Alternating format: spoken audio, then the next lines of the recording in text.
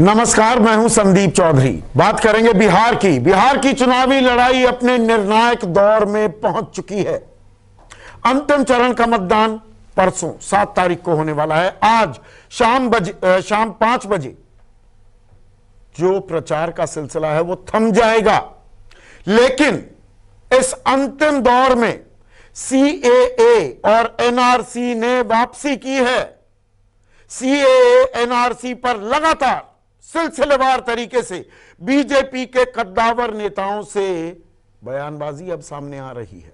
वो योगी आदित्यनाथ हों, उत्तर प्रदेश के मुख्यमंत्री योगी आदित्यनाथ, केंद्रीय मंत्री रह चुके हैं, वरिष्ठ नेता हैं बीजेपी के राजीव प्रताप रूडी हों, या अध्यक्ष रह चुके और देश के गृह मंत्री अमित शाह, वो भी सीएए एनआरसी पर ताल ठोक रहे हैं, लेकिन बिहार में नहीं, बंगाल में जाकर। तो संकेत तो बिहार में दिए जा रहे हैं और उधर उनके सहयोगी और बिहार में एनडीए गठबंधन का चेहरा नीतीश कुमार कह रहे हैं किसमें दम है, कौन लोगों को बाहर निकाल देगा। तो ये किस तरह की राजनीति है और ये किस तरह से सीएए एनआरसी वापसी कर रहा है, सुकेश से बेहतर कौन समझाएगा इस बात को। ये सीएए एनआरसी आ भी गया और नीतीश कुमार कह रहे हैं किसके बाप में दम है, कौन बाहर निकाल देगा। ये क्या हो रहा है, ये कौन सी राजनीति। ये समझना पड़ेगा, इट इज बाय डिजाइन और व्हाट। हाँ, ये कोऑर्डिनेटेड है क्या। हाँ, सिर्फ सीए एनआरसी नहीं है। आज एक बयान सुना गिरिराज सिंह का, पूरे चुनाव में वो कहीं दिखे नहीं थे। हाँ, आज उनका एक बयान सुनने में आया, वो कह रहे हैं कि लव जिहाद पे जो कानून बाकी प्रदेशों में बन रहा है, नीतीश कुमार से इस बारे में भी चर्चा करूंगा।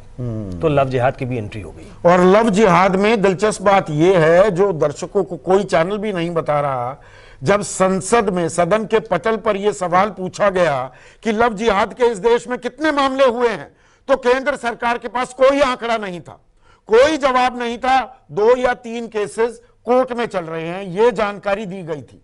तो लव जिहाद का जितना बड़ा एक बवाल बनाया जा रहा है, लव जिहाद के आंकड़े तक नहीं है केंद्र सरकार। केरला के मामले में स्पेसिफिक जवाब दिया गया था, राज्यसभा में पूछा गया, एक नहीं 2 या 3 बार पूछा गया। और यह बताया गया कि कोई मामला पूरे देश में नहीं है। अब देखिए, पहले चरण का चुनाव था, याद करिए, और आपने मुझसे पूछा था कि ये नित्यानंद राय का बयान जो है कि अगर आरजेडी जीती तो आतंकी कश्मीर से आतंकी जाएंगे, बिहार में आ जाएंगे। हाँ। तो मैंने कहा था कि मुझे लगता है कि ये रोका जाएगा, और वो रुका। ये करने नहीं दिया जाएगा। हाँ, आपकी रीडिंग सही थी, वो रुका। 2 चरण में रुक गया था। ये तीसरा चरण समझना पड़ेगा, ये कौन सा है। बिहार के दर्शक इसको समझते हैं, बाकी लोगों के लिए ये बताना जरूरी है कि तीसरे फेज का जो चुनाव है संदीप, वो बिहार में करीब 17% मुस्लिम मतदाता है। जो कंसोलिडेशन है वो इस फेज में मुस्लिमों का ज्यादा है। सीमांचल इलाके में वोट पड़ रहे हैं। सिर्फ सीमांचल में ही 24 सीटें हैं, उसमें मुस्लिमों की तादाद बहुत ज्यादा है। कोई कोई लोकसभा सीट तो ऐसी है जिसपे मुस्लिम निर्णायक भूमिका में है। मुस्लिम जिसके पक्ष में एक तरफा चले गए, वो सीट, वो पार्टी जीत जाती है। क्या वजह है कि तीसरे चरण आते आते सीएए एनआरसी भी आ गया, लव जिहाद भी आ गया। मैं इसको ऐसे भी रीड करता हूं कि प्रधानमंत्री तीसरे चरण के चुनाव में 2 जगह रैलियां की उन्होंने, बाकी अधिकतर जगहों पे नीतीश कुमार थे। वो तीसरे चरण का जो प्रचार था उसमें वो प्रधानमंत्री के साथ नहीं थे।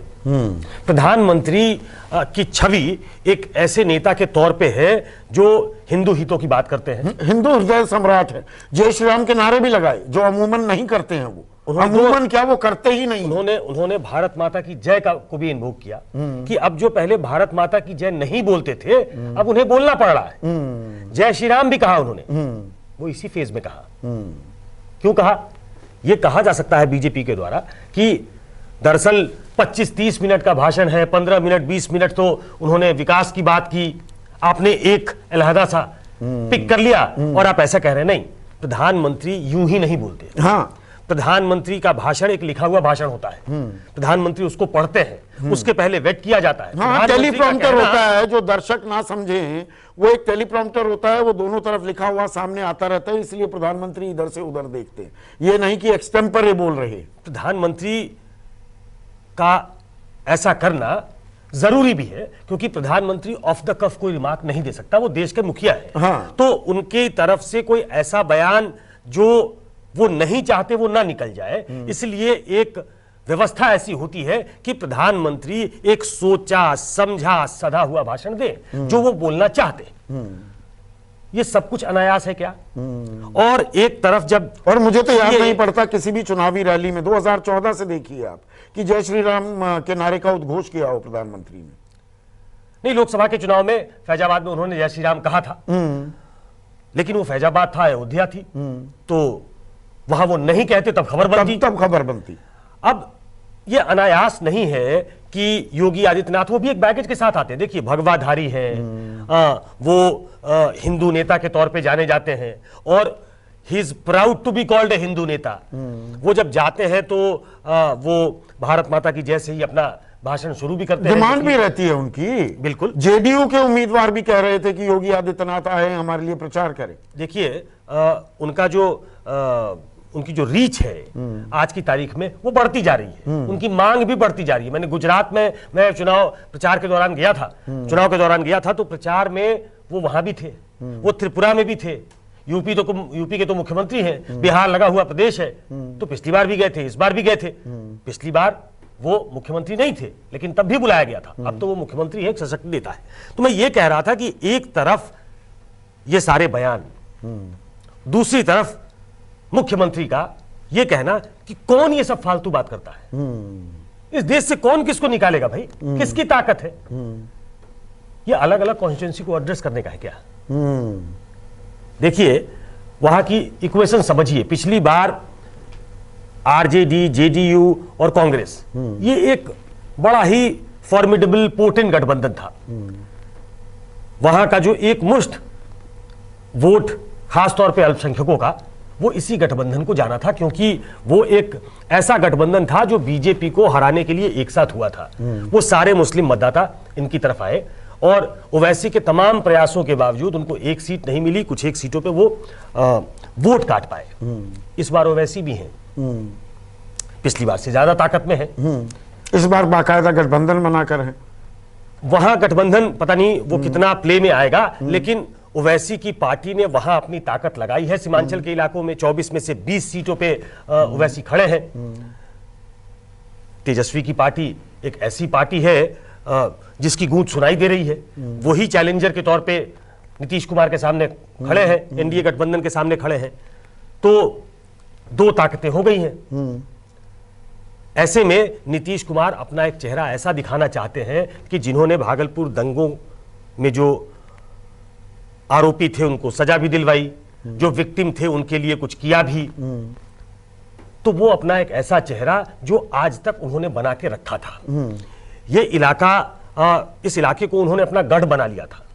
2005 का चुनाव हो, खासतौर पे 2010 का चुनाव हो, 2015 का चुनाव हो, वो पिछले 2 दिनों से वही हैं। आज शाम तक वो वही रहने वाले हैं। वो इसलिए करते हैं ऐसा क्योंकि इस गढ़ को और कंसोलिडेट करना चाहते हैं। तो ये कंसोलिडेशन कैसे होगी? अगर ये सोची समझी रणनीति है, ये गुड कॉप बैड कॉप कर रही है बीजेपी जेडीयू, तो इसमें जेडीयू का फायदा कैसे? मैं 2010 से आ रहा था। 2010 में नीतीश कुमार बीजेपी के सामने एक ऐसे डिसाइसिव पार्टनर के तौर पे थे जिसमें बीजेपी की नहीं चलती थी। मुस्लिमों का यकीन था कि नीतीश कुमार है तो संभव है, मतलब नीतीश कुमार के रहते बीजेपी बिग ब्रदर नहीं बन सकती। आज की तारीख में नीतीश कुमार इक्वल पार्टनर है। नीतीश कुमार डिसाइसिव, वो डिसाइसिवनेस नीतीश कुमार नहीं दिखा सकते जो पहले दिखा सकते थे। बल्कि अगर मैं बड़ी देसी भाषा में कहूं, अब पद्दी चढ़े हुए हैं बीजेपी की, बीजेपी के सहारे हैं नीतीश। बीजेपी और खासतौर पे नरेंद्र मोदी। हाँ। वो नरेंद्र मोदी को का प्रचार चाहते हैं, की कैंपेनिंग चाहते हैं, जो कि पहले वो मना करते थे। स्थितियां बदली है। ऐसे में क्या नीतीश कुमार एक सोची समझी रणनीति, आप कह रहे हैं कैसे फायदा होगा? हाँ। देखिए, पोलराइज होने का भी फायदा होता है। आप मुस्लिम मतदाताओं में उनको छिन्न भिन्न करिए।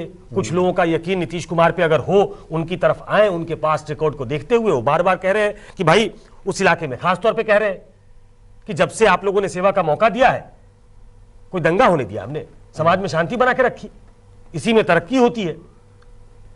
तो ऐसे में वो उन मतदाताओं को अपील कर रहे हैं जो उनका 2010 वाला चेहरा, 2015 वाला चेहरा, 2005 वाला चेहरा देखते होंगे नीतीश पर ये तो नीतीश की बात हो गई ना। आपने नित्यानंद राय का जो जिक्र किया था कि भाई उन्होंने कहा कि आरजेडी जीत गई, आतंकी कश्मीर से बिहार में आ जाएंगे, और फिर वो बयानबाजी बंद हो गई, यकायक वो मुद्दा ठंडे बस्ते में चला गया। यहां बीजेपी एक नेता नहीं, और ये अनायास नहीं हो सकता, चाहे वो योगी आदित्यनाथ हो, राजीव प्रताप रूडी हो, और अमित शाह यही ताल ठोक रहे हैं बिहार में नहीं, बंगाल में जाकर। इसीलिए तो कह रहा हूं कि ये कोऑर्डिनेटेड तो नहीं है, ये थर्ड फेज ये बीजेपी की कोऑर्डिनेशन है, बीजेपी अपने आप कर रही है, नहीं सुन रही है नीतीश की।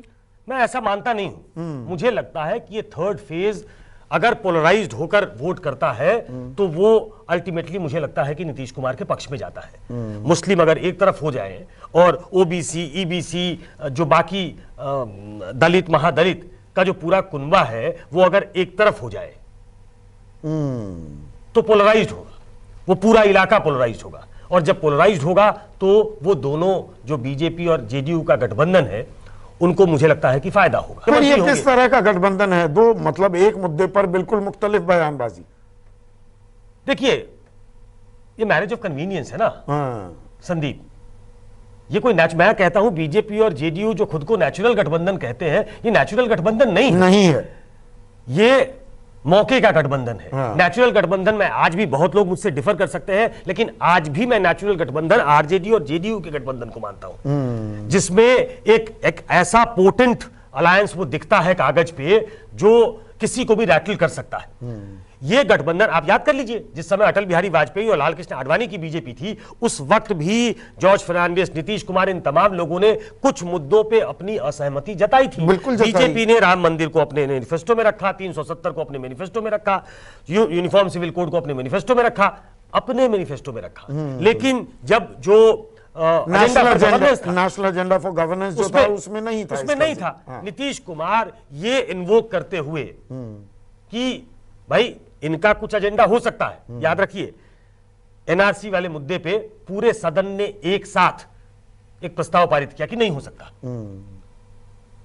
तो नीतीश कुमार एक सिंबॉलिक जो अटेम्प्ट होता है, प्रयास होता है कि अपने आप को उस गठबंधन में रहते हुए भी एक सेकुलर छवि के तौर पे दिखाना, ये उनका पहले भी प्रयास था, ये एक प्रयास अभी भी है, लेकिन ये प्रयास उस वक्त है जब वो बीजेपी के साथ एक तरीके से बड़ा भाई छोटा भाई नहीं, लेसर पार्टनर नहीं, बीजेपी इक्वल पार्टनर्स के तौर पे हैं, जो पहले नीतीश कुमार नहीं थे, वो बड़े भाई के तौर पे थे, एक डिसाइसिव रोल में थे। आखिरी सवाल, क्या एनडीए रैटल्ड है कि हिंदू मुसलमान पर आ गए? देखिए, ये थर्ड फेज बहुत इंपॉर्टेंट फेज है। जिस तरीके से खबरें आ रही हैं कि कॉन्टेस्ट बहुत अच्छा हो रहा है, ये थर्ड फेज जो है उसमें देखिए कोई भी फेज बहुत इंपॉर्टेंट होता है, लेकिन ये थर्ड फेज इसलिए इंपॉर्टेंट है कि अगर थोड़ी 19-20 पिछले चरण में अगर हुआ है तो उसको मेकअप करने की कोशिश होगी। वो कैसे हो सकती है? बीजेपी के पास सबसे पोटेंट वेपन जो है वो कई चुनाव में ये इस्तेमाल करती है, आपको मालूम है। तो बीजेपी उस अपने स्ट्रेंथ और मुझे ट्राइड एंड टेस्टेड फॉर्मूला है। मुझे ये कहते हुए बहुत दुख होता है कि चुनाव जो अभी तक बिहार का चुनाव जो बहुत दिनों तक इसका एक एग्जाम्पल सब जगह पूरे प्रदेश में, इसीलिए मैंने सवाल पूछा कि एनडीए रैटल्ड है क्या? इस बार वो मुद्दों पे चुनाव लड़े हैं, लोगों ने वो मुद्दों पे समर्थन दिया है, चाहे पार्टी जो भी जीते।